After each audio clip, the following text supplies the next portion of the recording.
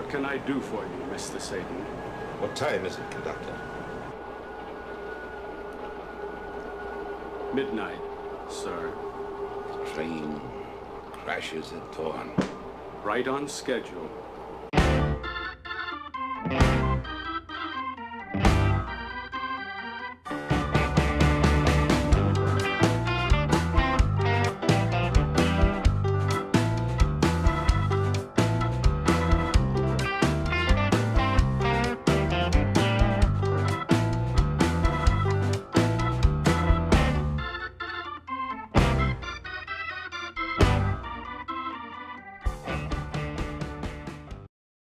Dans la liste des films, disons, philosophiques, peu peuvent prétendre avoir à la fois les meilleurs acteurs de tous les temps, en plus d'avoir des discussions sur la nature humaine venant du créateur lui-même. En effet, ce film fait appel au talent d'acteur de Satan, Dieu, un démon nazi, un conducteur qui étonnamment n'est pas juste un acteur en blackface, et une gang d'ados professionnels qui portent des caleçons déchirés en guise de vêtements. Oui, je vous entends, vous avez des doutes. Satan et Dieu, regardez dans les génériques, Satan est joué par Lucifer et Dieu se joue lui-même. Construit en 3 segments, le film tente de répondre à la question existentielle du bien et du mal, plus précisément de ce qui peut te faire entrer au paradis ou envoyer en enfer. Oh, le suspense est trop grand. Commençons immédiatement. La première chose à laquelle on doit faire face dans cette lutte entre le bien et le mal, c'est cette maudite gang d'ados chanteurs, danseurs qui ont aucun lien avec l'histoire. Ils servent uniquement à prolonger le film et vous faire saigner des oreilles. Heureusement, d'un heure, le train va dérailler et il va tuer tout le monde à l'intérieur. On peut au moins se contenter de ça. Mais avant d'entrer dans le vif du sujet, Satan et Dieu doivent nous exposer ce qu'ils font de mieux. I will not force man to be good. He can either walk in my steps. Ok, pas si mal, on va écouter ce que Satan nous propose.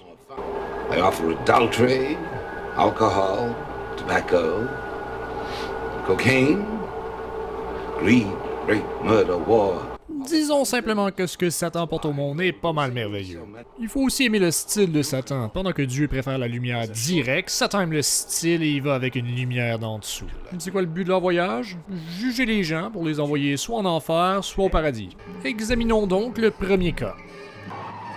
Je vous présente Harry, un homme qui a tué sa femme le jour de son mariage et aurait fini la soirée interné dans un asile. Puis là-bas, on fait pas les choses à moitié, on dit bonne nuit, à demain matin, on se revoit au petit déjeuner avec un à côté de torture. Jusqu'à présent, j'ai aucune idée de qui sont les personnages du film parce qu'on m'a juste parlé de Harry, mais je sais que le gardien est niveau 100 de furtivité parce qu'il est capable d'attaquer une personne de devant sans se faire voir. Harry, le supposé personnage principal, se fait donner un vaccin qui le met sous l'emprise du docteur en chef. Sa mission, séduire des femmes et les rapporter à l'asile. Son charme et apparemment le pouvoir hypnotique de ses yeux le rend irrésistible. En même temps, c'est peut-être pas le vaccin qui lui donne ses pouvoirs, mais peut-être le fait de vivre dans une ville radioactive. Je crois aussi très fortement que le seul but du film est de plaire aux gens qui ont un fétiche BDSM en milieu hospitalier. J'ai vu à peu près aussi longtemps de femmes habillées que de femmes déshabillées. Apparemment, Harry aurait aussi une relation intime avec Ilsa parce qu'il passe du confinement à lui pogner les boules à 2 mains. Je voudrais juste rappeler à tout le monde que sa femme est morte dernièrement, mais bon, ça a l'air que c'est pas important. En tout cas, on sait pas encore pourquoi il kidnappe des femmes, peut-être qu'on va le découvrir prochainement. J'ai vraiment un mauvais pressentiment. Je pense que le gardien est une mauvaise personne. Ah mon dieu, le personnage qu'on connaissait pas 30 secondes passées vient de mourir. Quel dommage. Puis je suis pas mal sûr que se faire couper la jambe à froid, ça solliciterait une bien plus grosse réaction que ça. Mais vous voyez, si tous les autres personnages sont encore des inconnus pour moi, au moins elle, j'avais vu ses boules. Maudit, j'avais dit au concierge de passer un petit coup de mop, puis en plus, il a mal à refermer la porte du réfrigérateur. Mais sérieusement, une chance que le narrateur est là parce que c'est la seule façon de nous expliquer ce qui arrive. Jusqu'à présent, on sait que Harry est interné pour avoir tué sa femme, l'asile l'utilise pour séduire des femmes qu'ils vont violer, tuer, torturer, puis enfin vendre les pièces aux écoles de médecine. Les employés se tournent ensuite les uns sur les autres, menant à la lobotomisation du docteur en chef. Attends, ça c'est l'inconnu numéro 236 qu'on a vu 2 fois auparavant, puis ça c'est l'infirmière du début. Mais quand est-ce qu'ils sont morts? La réponse? Ben, c'est jamais. Ce qui devait arriver arriva. Harry réussit à se défaire de l'emprise du contrôle mental et va vouloir libérer les femmes prisonnières qui ont jamais été établies dans l'histoire du film. La dernière docteur vivante va vouloir l'en empêcher, mais sera assommée et attachée à une table.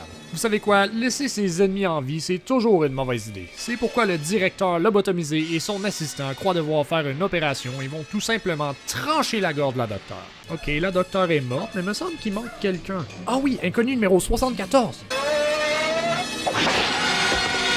Wow, ok, ça a fait la job. Puis c'est la fin de cette première histoire. Sérieusement, Dieu et Satan font des études de cas assez badass. Ils auraient pu choisir la vie d'une grand-mère de 97 ans. Non. Ils choisissent le cas d'un asile rempli de psychopathes. Bon alors, où ira Harry? En enfer ou au ciel? How about 100 years in purgatory? Ouh, intéressant revirement de situation. Le conducteur représente le purgatoire. Dieu et Satan s'astinent aussi à savoir où iront les adolescents qui causent des hémorragies cervicales. Étant moi-même le dieu du cinéma d'exploitation, j'espère les voir pendus par les couilles pendant au moins 5 siècles. Si la torture auditive du début n'était pas assez pour vous, ne vous inquiétez point, ils vont chanter la même chanson 4 fois. Bon, si vous pensiez que la première partie du film était extrême, les deux autres sont bien pires. Comment pire, vous me demandez? Pire dans le sens roulette russe avec une boule de démolition. Ne sautons toutefois pas aux conclusions, mettons le tout en contexte s'il y en a un. Le premier segment avait aucun personnage de développé, au moins ici, on sait un peu plus à qui on a affaire. Madame Connors, vendeuse de popcorn transformée porn star à la suite de la vente de tout son popcorn. Monsieur Marshall, personnage principal, membre de fraternité avec aucune personnalité. Le gars qui jouit dans ses pantalons, littéralement jamais vu par après. Monsieur Young Myers, directeur porno, sociopathe. Finalement, Monsieur Coureur des Bois, acteur porno, possiblement pédophile. D'accord, j'ai pas trouvé de film porno sur les coureurs des bois, mais si des films comme Sexcula existent, un film porno de coureurs des bois existe probablement aussi. Maintenant, à son nouvel emploi, Madame Connors fait rêver tous les Canadiens français du 17e siècle. C'est l'amour à première vue pour Monsieur Marshall, il faut trouver Pocahontas. En une soirée, Marshall passe donc de « je veux trouver cette fille-là » à du gros sexe sale. Ça va tellement vite que je vais avoir besoin d'un collet cervical. Par contre, le record appartient encore à ce gars-là. Bon, l'histoire se transforme subitement en triangle amoureux entre les deux jeunes et Monsieur Young Myers. J'imagine donc que c'est pour gagner l'amour de Madame Connors qu'on passe de la fête foraine à un château avec des jeux style MXC. Bon, ok, c'est quoi le premier jeu? Apparemment, une piqûre de cette chose-là, puis tu meurs. Ça doit pas être si pire que ça. Mon Dieu, un jeune Lionel Richie met sa vie en jeu. Puis je suis pas sûr que piquer le bras en pâte à modeler qui traîne sur la table va avoir beaucoup d'effet sur les participants.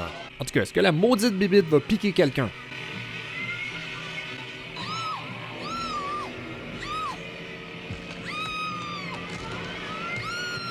Elle a pas vu venir ça. La première étape est complétée. On y va pour la deuxième, une séance d'électrocution. Bon, qui va mourir cette fois-ci?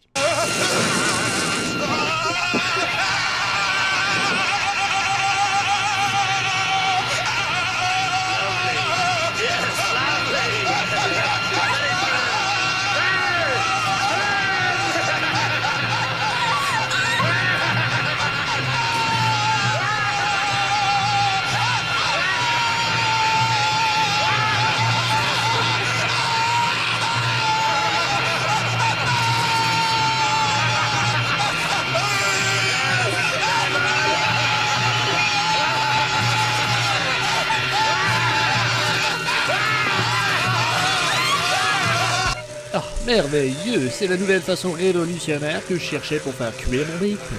Apparemment, tous ces défis étaient une façon pour Monsieur Young Myers d'éliminer Monsieur Marshall. Quand tout échoue, le dernier recours, c'est d'engager des hippies avec des filets pour en finir une bonne fois pour toutes. Attendez un instant, tantôt ils étaient dans le château de la société secrète, puis là ils sont de retour dans le bar de danseuses. C'est un magnifique symbolisme. Ce bar est le premier endroit où les deux amoureux se sont rencontrés, ce sera donc l'endroit où ils se sépareront. La cage de fer, qui ressemble à un sac de couchage, empêche tout mouvement des participants. Pendant ce temps, une boule de démolition tourne autour de leur tête jusqu'à ce qu'elle tombe sur l'un d'entre eux. Bon bien, c'est fini pour elle, mais ça règle pas le triangle amoureux, puis la séquence est finie. Le couple ira donc au paradis parce qu'ils n'ont absolument rien fait de mal, je dirais même plus, ils n'ont rien fait du tout. Si vous avez suivi depuis le début, vous allez deviner ce qui arrive après le verdict.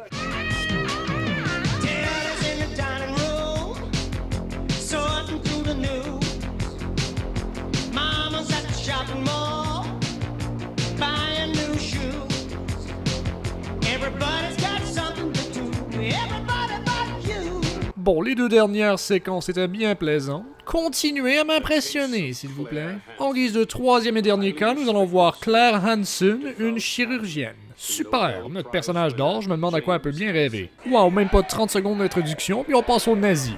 Même SS Girls, un film avec SS dans le titre, a mis plus de temps avant de montrer les nazis. On va aussi suivre pendant à peine 3 minutes un ex-prisonnier de camp de concentration rendu à 70 ans. Toutefois, le personnage important ici, c'est l'enquêteur de police. Et si vous aviez des doutes sur le talent du réalisateur, regardez tout simplement cette spectaculaire transition.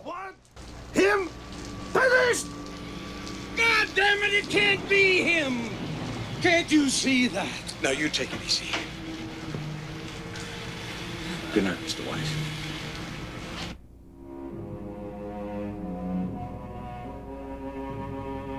Et que dire du dialogue? Si ce n'était que de moi, j'irais retirer le score à Murray Abraham pour meilleur acteur en 1985 et le remettre à cet homme. Why can't you arrest a murderer?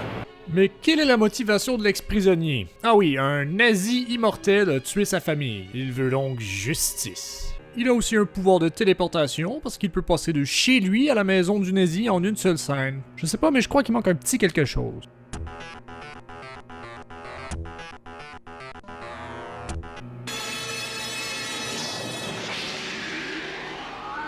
Les causes de sa mort sont naturellement attribuées aux fractures et aux contusions. Ils doivent avoir raison, je me souviens pas de l'avoir vu mourir dans une explosion de sang.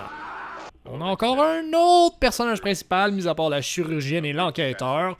Cet homme, un écrivain nobeliste. Il prétend toutefois que Dieu soit mort. Désolé, mais le film God's Not Dead nous a déjà prouvé le contraire. Toutefois, de telles revendications attirent à la fois Monsieur Panini pis les masques de démons du Dolorama.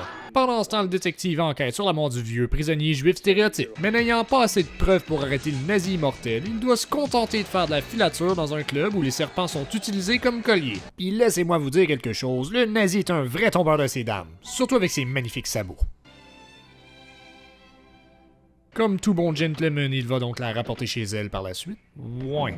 En tout cas, qu'est-ce que je disais encore? Ah oui, son prétendant va vouloir se venger, il va donc lui aussi utiliser le pouvoir de la téléportation pour accomplir sa tâche. On découvre donc ce qui se cachait derrière le rideau, c'est une dimension parallèle faite en pâte à modeler. Ça fait longtemps qu'on n'a pas vu la chirurgienne, allons voir ce qu'elle fait en ce moment. Ouais, ça s'améliore. Au début tu dormais, là, au moins tu regardes ton courrier, c'est pas bien intéressant, surtout que ton correspondant c'est juste Satan. Attends, qui? Elle brise ensuite la règle numéro 1 d'un film d'horreur, ne jamais se diriger vers le bruit.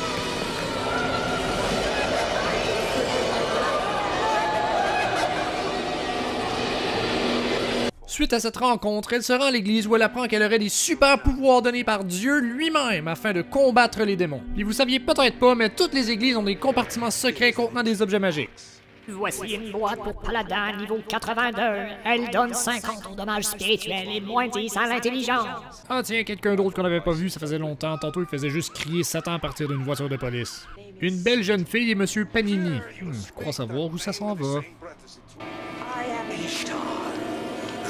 Totalement prévisible. Ok, c'est peut-être pas ton style, mais t'es pas obligé de débouler les escaliers à cause de ça. On sait tout ce que ça veut dire. Dimension pâte à modeler. Le temps de cuisson parfait pour un panini, c'est 15 minutes à 400 degrés Fahrenheit.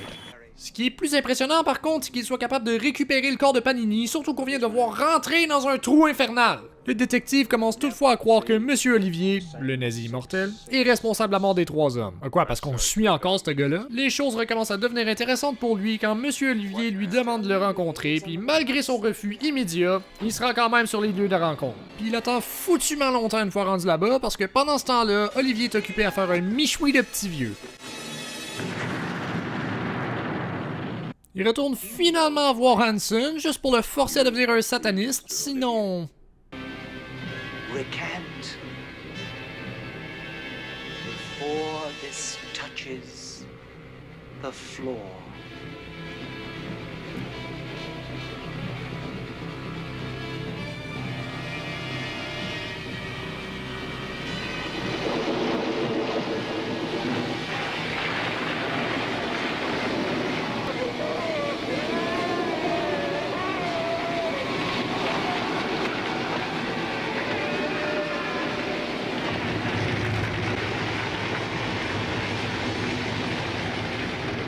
Holy shit! Pis c'est même pas la fin, parce qu'on a encore un personnage vivant. Je suis pas mal sûr que quelqu'un est en train de la suivre. Pour le bien du film, on va assumer que Dieu parle littéralement avec elle parce qu'elle apprend de nulle part l'identité du meurtrier, où il vit et comment le tuer. Elle doit donc, avec l'aide d'un inconnu, arracher son cœur et le déposer dans une boîte magique. La seule raison qui me permet de vous dire comment tuer le démon, c'est parce que j'ai vu la fin du segment. J'imagine donc qu'elle réussit à tuer le démon, puis que ça c'est pas des vidéos d'archives d'une opération manquée.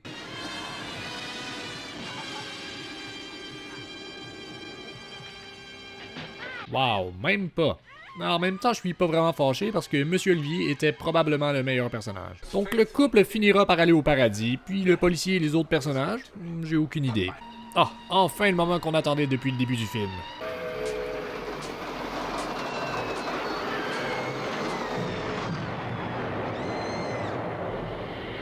Oui, oui. I shed my mercy upon them. Quoi? J'imagine donc que je vais vivre une vie de péché parce que je veux pas aller vivre à la même maudite place que ce monde-là. En tout cas, c'était la dernière étude de cas, pis c'était glorieux.